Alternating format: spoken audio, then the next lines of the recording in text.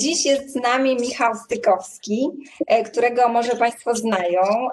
Michał jest sommelierem i dystrybutorem wina. Dziś jest jedyną w Polsce osobą z certyfikatem Spanish Wine Scholar. Michał, może powiesz naszym gościom, jakie jeszcze związki z sercem mają wina, które dzisiaj zaprezentujemy? Dobry wieczór Państwu. Drodzy Państwo, dzisiaj prześledzimy sobie wina z Kastylii i Leon. To jest takie jakby historyczne serce Hiszpanii. Pierwsze nawiązanie kardiologiczne. To tutaj się zapoczątkowała Reconquista. To stąd, tutaj była stolica Hiszpanii, stąd wypływały, mówiąc w przenośni, bo Kastylia i Leon nie ma dostępu do morza, ale stąd wypływały statki do Nowego Świata. I stąd były wina, które towarzyszyły marynarzom w trakcie tych wypraw.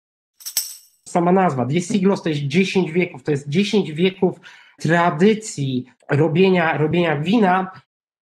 Powąchajmy. No, aromaty są typowe dla Verdejo.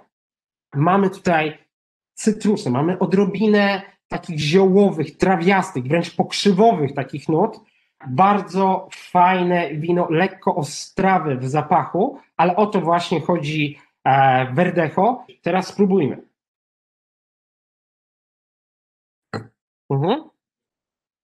Czujemy lekkie, to też jest typowe dla Verdejo. Czasami tak lekko nas szczepie właśnie jak pokrzywa w język.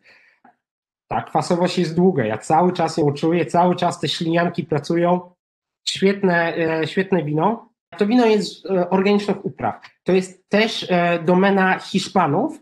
Hiszpanie mają zresztą największą liczbę winnic organicznych w całej Europie. Rueda odpowiada za 40% całej produkcji win białych w Hiszpanii i to jest największy eksporter. Rueda jest największym eksporterem win białych w Hiszpanii. Przechodzimy do drugiego Verdejo, Valdecuevas.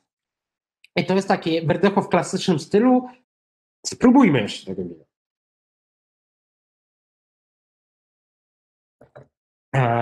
Aromaty trochę słodsze, ale to jest zasługa właśnie tego dojrzewania na tych drożdżach. Mamy takie bardziej czuć, że tego ciała, tego wina jest trochę więcej niż w przypadku Diez Siglos. Badania pokazują, że Tempranillo, czyli nasz bohater, następne 4 pozycje to będzie właśnie Tempranillo, posiada jedną z największych zawartości polifenoli w rodzinie wina. Wina w ogóle czerwone mają średnio 10 razy większą zawartość polifenoli niż wina białe. Badania w Stanach przeprowadzone przez Alfredo Cordovę pokazują, że 1-2 kieliszki czerwonego wina zmniejszają znacząco ryzyko zawału. Przejdźmy sobie do Rivendella. To jest Crianza. Krzew dojrzewa tak samo jak człowiek. Im starszy, tym trochę tej wiedzy ma więcej. Tak więc tutaj już mamy dorosłego osobnika winiarskiego. Spokojnie możemy nalać. Winnica, drodzy Państwo, mieści się w przepięknym miejscu. Polecam odwiedzenie miejscowości Peñafiel. Wysokość winnicy to jest 760 tutaj przepraszam za pomyłkę, 950 metrów nad poziomem morza i to są jedne z najwyżej osadzonych winnic w całej Unii Europejskiej. Widzimy, jakie szczepy się uprawia w Riberze. Przede wszystkim jest to Tinta del País, czyli to nasze Tempranillo, ponieważ Tempranillo niejedno ma imię i w różnych regionach Hiszpanii może ono się różnie nazywać. W samej Kastylii i Leon może to też się nazywać Tinta de Toro, może się nazywać Tempranillo, może się nazywać Tinta del País. Tak, tych nazw jest naprawdę sporo. Castilla Mancha to będzie Sensibel, Ul de Yebre w Katalonii, naprawdę tego jest dużo. Przechodzimy do Castillo de Ura, też z oznaczeniem Crianza z apelacji Arlanza. To jest jedna z takich młodszych apelacji, jeżeli chodzi o całą Hiszpanię, ale jest jedną z najwyżej położonych nie tylko w Europie, ale także na całym świecie, ponieważ uprawy dochodzą do 1200 metrów nad poziomem morza. Ono ma być bardziej takie owocowe, z taką zaznaczoną taniną, ale tutaj też mamy dużo polifenoli. Las Tierras Original z rocznika 2014 ze szczepu Tinta de Toro, czyli z naszego Tempranillo. Wino jest otrzymywane z 3 działek różnych, tak? I te działki były zakładane po i przed filokserą. Najstarsza z działek jest z 1875 roku. To wino jest pod tym względem unikatowe. Krzewy, które są tak stare, dają bardzo, bardzo ubogi plon, aczkolwiek niesamowicie skoncentrowane. Muszę Państwu powiedzieć, że te wina właśnie płynęły z Kolumbem z tego Toro, bo to była przy Ruedzie ulubiona apelacja Izabeli. Te wina płynęły do Nowego Świata, tak? Wcale nie Ribera del Duero, tylko właśnie Toro, wina stąd jako pierwsze zobaczyły Nowy Świat.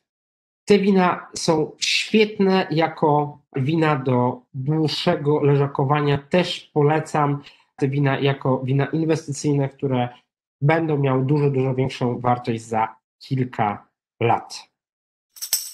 To jest garażowa winnica, drobna. Parcela jest dość stara, bo założona w 25 roku, tak więc znowu mamy stare krzewy.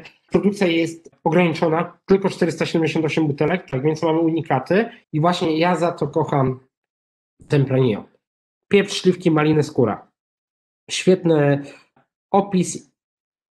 Ja bym jeszcze lukrecję dodał. W całej Hiszpanii 2019 rocznik jest uważany jako rocznik wybitny, tak więc jeżeli Państwo chcecie inwestować w wino, to zdecydowanie polecam zaopatrzyć się właśnie w roczniki 2019.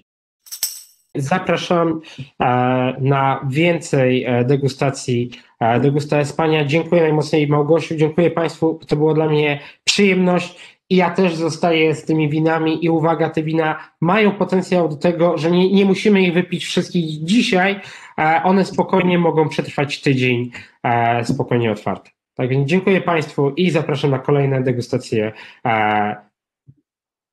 z Małgosią. I z Michałem.